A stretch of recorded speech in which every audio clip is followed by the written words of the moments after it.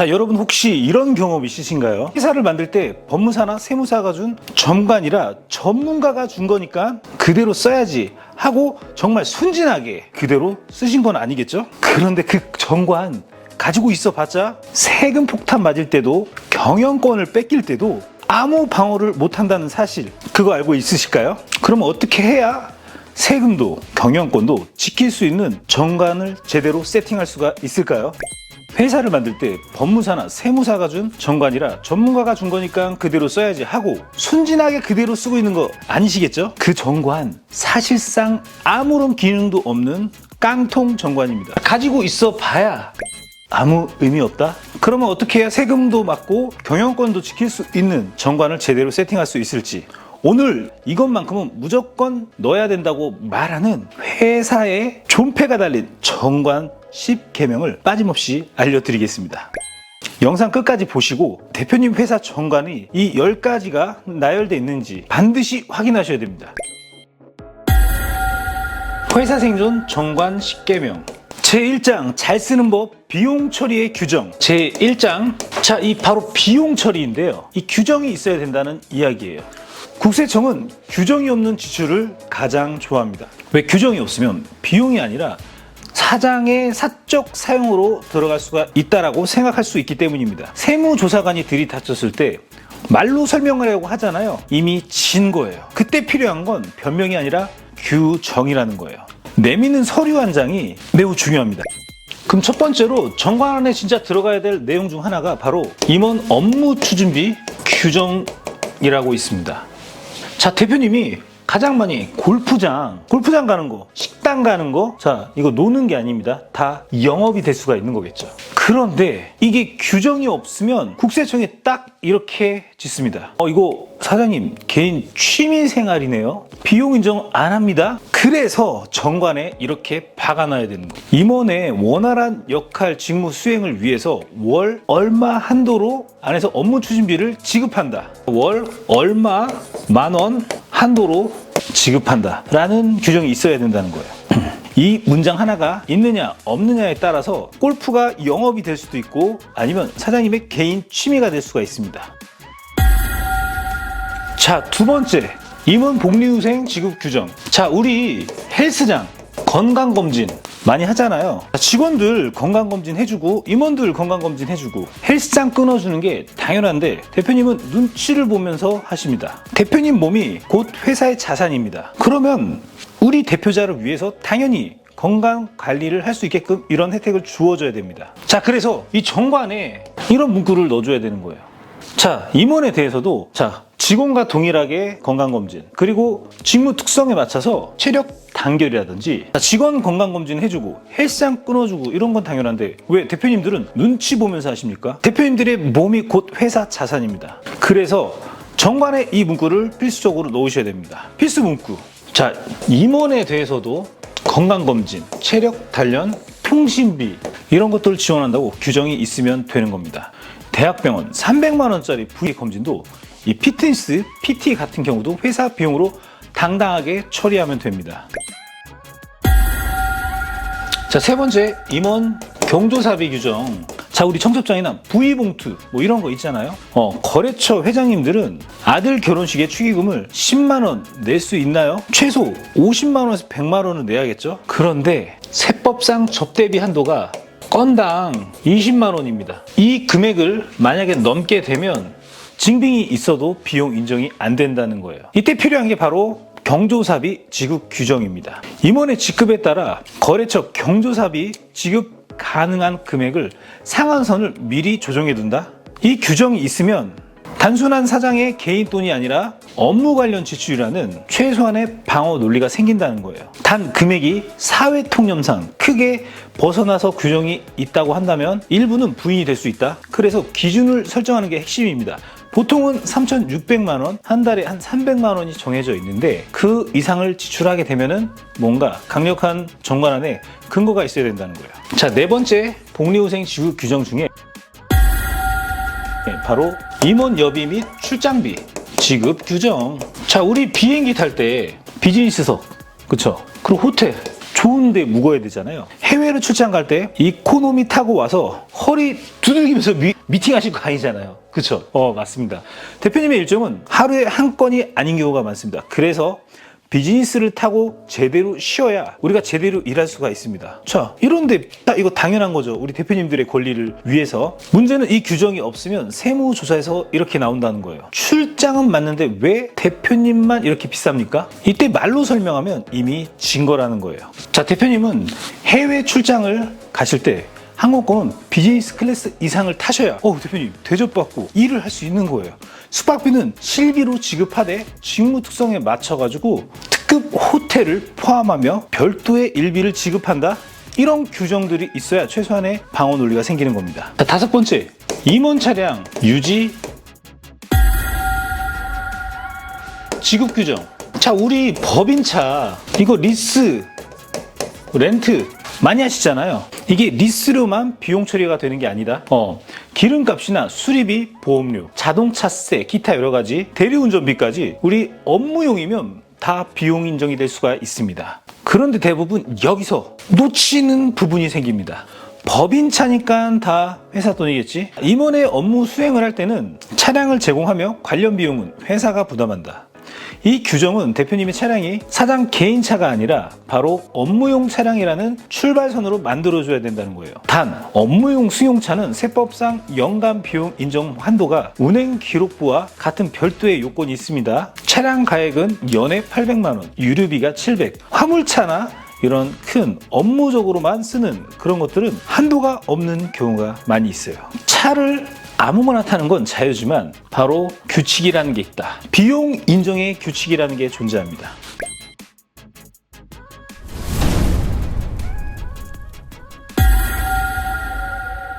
자, 6번째, 임원, 교육, 훈련비 규정이라고도 놓을 수 있습니다.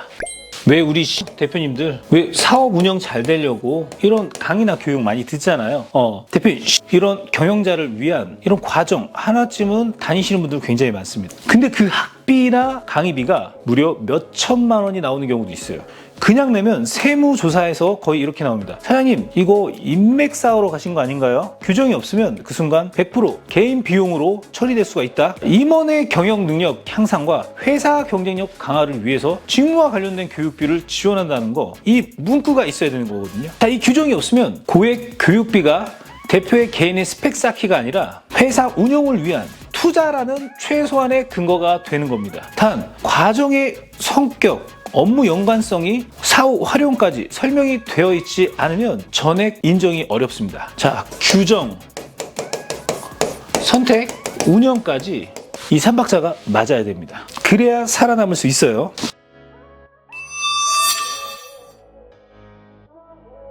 자, 제2장 잘 챙기는 법입니다. 왜 우리 대표님들 회사 운영하면 내 것 잘 챙겨 나와야 되잖아요. 안 그러면 세금으로 다 뺏기고 없습니다. 바로 자산에 대한 규정입니다. 자, 이 자산 규정, 돈을 잘 쓰는 것도 중요하지만 결국 내 주머니에 꽂혀야 진짜 내 돈이 되는 거잖아요. 그래서 법인의 사내금은 10억, 20억 그냥 월급으로 가져오면 어떻게 되죠? 야, 난리 난다. 자, 세금표 보이시죠? 맞습니다. 바로 45%까지 우리 소득세라는 게 존재해요. 문제는 뭐예요? 4대 보험. 와, 이거 20%나 됩니다. 그러면 결국 뭐예요? 절반 이상이 날아갈 수가 있다. 하지만 정관을 이용하면 이 세금을 확 줄이면서 가져올 수 있다. 그게 바로 7번째, 임원퇴직금 지급 규정. 야, 진짜 이거 제가 항상 대표님들 컨설팅할 때 가장 중요한 포커스 중 하나인데요. 내가 법인에서 잘 운영해서 한 번에 세금 최소화시켜서 갖고 나오는 방법입니다. 이 퇴직금은 우리나라에서 가장 싼 소득 세금입니다. 그런데 정관에 규정이 없으면 어떻게 되죠? 대표님도 직원과 똑같이 1배수 퇴직금 가져가야 돼요. 이게 직원이잖아요. 그러면 20년을 재직을 한다고 해도 퇴직금이 얼마 안 된다는 거예요. 하지만 정관안에 퇴직금 지급 규정이라고 최근 3년 평균 연봉의 2배수를 지급한다. 과거에는 3배수, 5배수까지 있었습니다. 자, 2배수 대표자.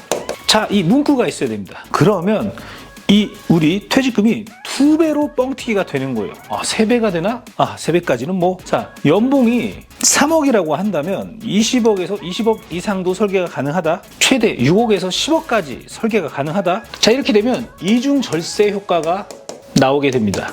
이 퇴직금이 비용으로 인정이 돼서 법인세가 낮아진다. 이런 장점이 있고요. 그리고 대표자 개인 입장에서는 이거 갖고 오면 소득세라고 했잖아요. 급여 소득세 대비 훨씬 낮은 거죠. 거의 50% 차이 날 수도 있나? 뭐 40~50% 차이 날 수가 있다라는 거예요. 이 한 줄이 없어가지고 수십억 원을 날리는 일이 절대로 없으셨으면 좋겠습니다.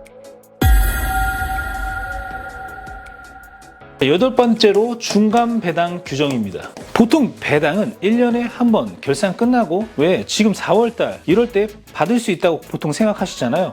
그런데 급전이 필요한데 내년 4월달까지 또 어떻게 기다려요? 맞아요. 보통 3월 결산 보고 재무제표 나오면 4월에 배당이라는 걸 하지만 우리가 진짜 급하게 필요하다. 그래서 바로 정관에 중간 배당 규정을 넣으셔야 됩니다. 그러면 6월이든 9월이든 대표님이 필요할 때 배당합시다. 땅땅 치고 바로 주주총회를 열면서 현금 5억에서 10억을 빼서 사용할 수가 있다는 거예요. 그러니까 돈맥경화 같은 게 왔을 때 바로 비상금 같은 조항이다.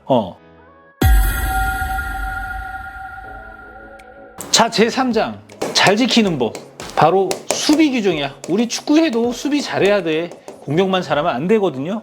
자, 회사가 잘 나가면 반드시 하이에나들이 꼬일 수가 있습니다. 믿었던 친구가 배신을 하고 경쟁사가 지분을 사들이면서 경영권을 흔들고 낯선 사람이 들어와서 사장님 나가세요 하고 소리를 친다. 이때 대표님을 지켜주는 건 유일한 무기가 바로 수비형 규정이다.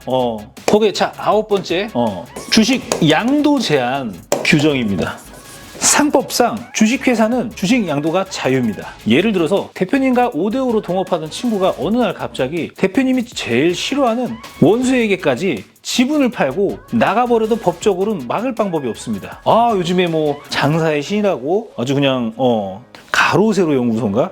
지분을 50% 그냥 매입을 하면서 아주 난리 났죠. 네, 이런 일도 있습니다. 자, 하루아침에 원수랑 한 배를 타게 될 수가 있다? 이거 너무 끔찍하지 않나요? 이거를 막으려면 정관과 등기부등본에 반드시 이 조항을 넣으셔야 됩니다. 필요한 문구, 주식을 양도할 때는 반드시 이사회의 승인을 얻어야 한다? 이때 한 줄이 있으면 공동으로 사업하는 그런 임원이 몰래 주식을 팔아도 그 계약은 무효가 됩니다. 이사회 승인이 없었잖아. 그래서 그냥 돌아가. 이 한마디면 끝나는 거예요. 자, 경영권 분쟁을 봉쇄하는 가장 강력한 자물쇠다. 자, 10번째, 신주 발행 및 스톡 옵션 규정. 자, 우리 스타트업 많잖아요. 거기에 인재를 스카우트를 한다거나 긴급 투자 유치, 회사가 위기를 처해서 급하게 투자를 받아야 할 때 바로 주주총회를 열고 주주들의 동의를 받다 보면 골든타임을 놓치고 회사가 망할 수가 있게 됩니다. 또는 적대적인 세력이 공격이 들어올 때 내 편으로 끌어들여야 되는데 시간 자체가 없어요. 그래서 이사회의 결의로 기존 주주 외의 자에게 신주 발행을 할 수 있다. 이 조항이 있으면 빠르게 투자자에게 투자를 받고 주식을 발행받고 자금을 수혈할 수가 있습니다. 핵심 인재, 스탑옵션 이런 것도 굉장히 중요해요. 유능한 인재를 스카우트하고 싶은데 연봉 줄 돈이 부족할 때 지금 돈으로 못 주지만 나중에 우리 주식으로 싸게 줄게, 같이 키우자, 뭐 이런 거 있잖아요. 그런데 이것도 정관안에 규정이 없으면 나중에 주고 싶어도 못 줍니다. 불법이거든요. 그래서 미래의 유니콘 기업을 꿈꾼다면 이 규정은 필수라는 거예요. 자, 그래서 오늘 정리한 정관 10개명 다시 한번 보겠습니다. 자, 제1장 쓰는 법입니다. 자, 기업 업무 추진비, 복리후생비, 자, 아까 말한 경조사비. 대박이다. 그리고 여비, 출장비라고 했죠.